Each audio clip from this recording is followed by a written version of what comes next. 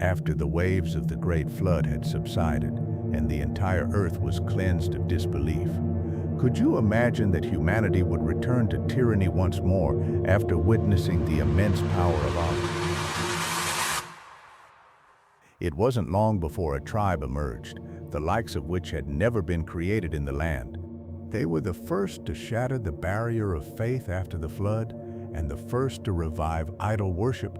They emerged from the heart of the Arabian Peninsula, giants, mighty, uttering a phrase that shook the mountains, "Who is mightier than us in strength?"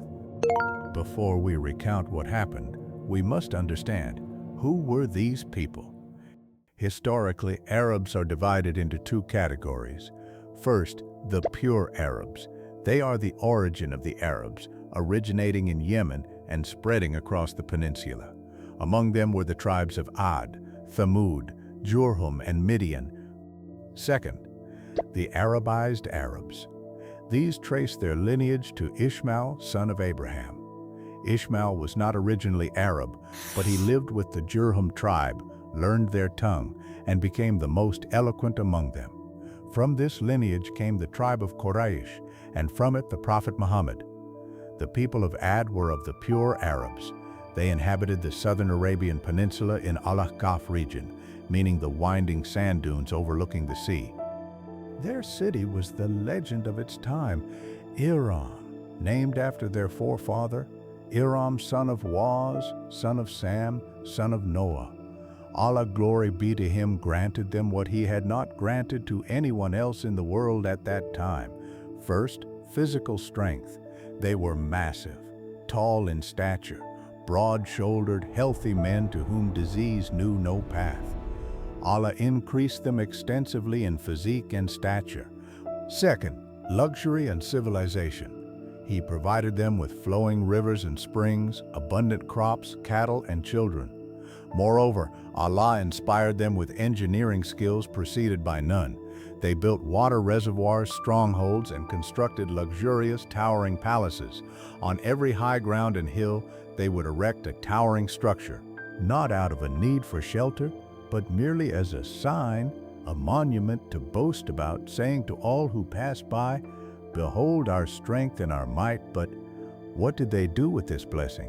Instead of gratitude, they disbelieved. They were the first to worship idols after Noah's flood. Power turned into tyranny, so when they struck as tyrants with no mercy in their hearts. And most dangerous of all, they completely denied the afterlife. They lived only for their worldly life. In the midst of this darkness, Allah sent them light from among themselves, their brotherhood, peace be upon him. A noble Arab prophet, they knew his lineage and his truthfulness. He began to invite them with the heart of a compassionate brother. "O my people, fear Allah. Worship none but him. Remember what happened to the people of Noah. Do not let your height and strength deceive you." But the response was shocking. Arrogance without limits. They looked at their own strength and said, "Who is greater than us in strength?" They forgot that Allah, who created them, is greater than them in strength. A dialogue took place between Hud and them, recorded by the Holy Quran, a dialogue between reason and arrogance. Hud advises them, "Do you construct on every elevation a sign, amusing yourselves, and take for yourselves palaces and strongholds that you might abide eternally? And when you strike as tyrants. So fear Allah and obey me." It is all the same to us whether you advise or are not of the advisors. This is not but the custom of the former people, and we are not to be punished. The problem of Ad was not a lack of understanding, but rather the glut of blessing. Blind luxury struck their insight before their eyesight.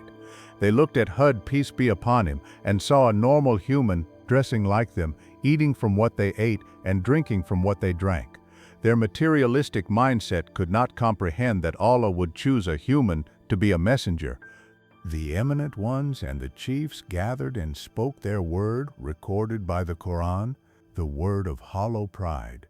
And the eminent among his people, who disbelieved and denied the meeting of the hereafter, while we had given them luxury in the worldly life, said, "This is not but a man like yourselves. He eats of that from which you eat, and drinks of what you drink. And if you should obey a man like yourselves, indeed you would then be losers."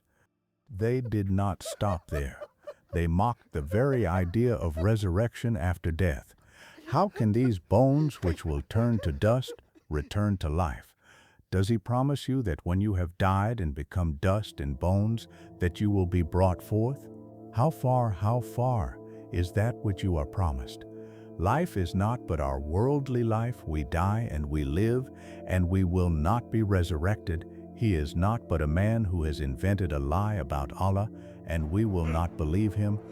They moved from denial to personal insults. They dared to accuse the noble prophet of foolishness and madness, but Hud's response was the pinnacle of politeness and steadfastness. He gently denied the accusation, reminding them that he is merely a messenger whose only burden is to deliver the truth and offer sincere advice. He tried to awaken their minds. And remember when he made you successors after the people of Noah and increased you in stature extensively. So remember the favors of Allah, that you might succeed. Have you come to us that we should worship Allah alone and leave what our fathers have worshipped? Then bring us what you promise us if you should be of the truthful. Already have defilement and anger fallen upon you from your Lord. Do you dispute with me concerning mere names you have named them, you and your fathers, for which Allah has not sent down any authority? Then wait. Indeed, I am with you among the waiters.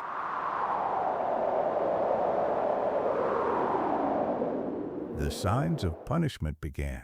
Suddenly, the rain stopped. The wells dried up and the gardens they boasted of turned yellow. This was a final chance. Hud warned them, "Repent, this is a sign from Allah. Ask forgiveness of your Lord, and he will send rain from the sky upon you in showers." But they persisted in stubbornness. And while they were gasping from thirst and heat, they looked to the sky. A massive black cloud was approaching their valleys.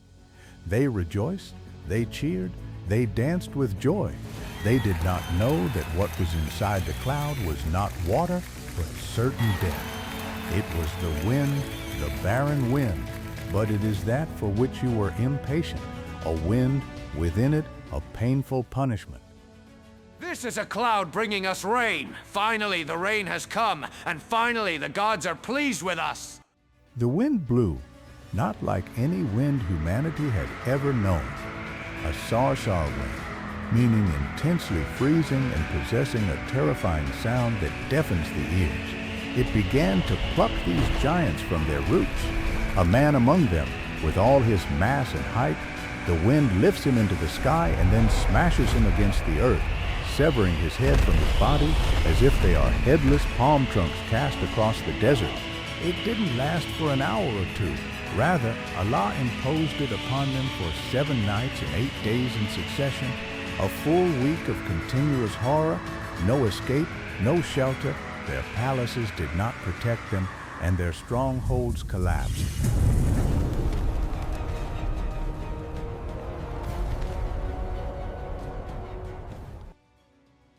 And after the 7th night, the wind settled. The lands of Ad became an empty wasteland. You see nothing but their dwellings, a lesson for those who take heed.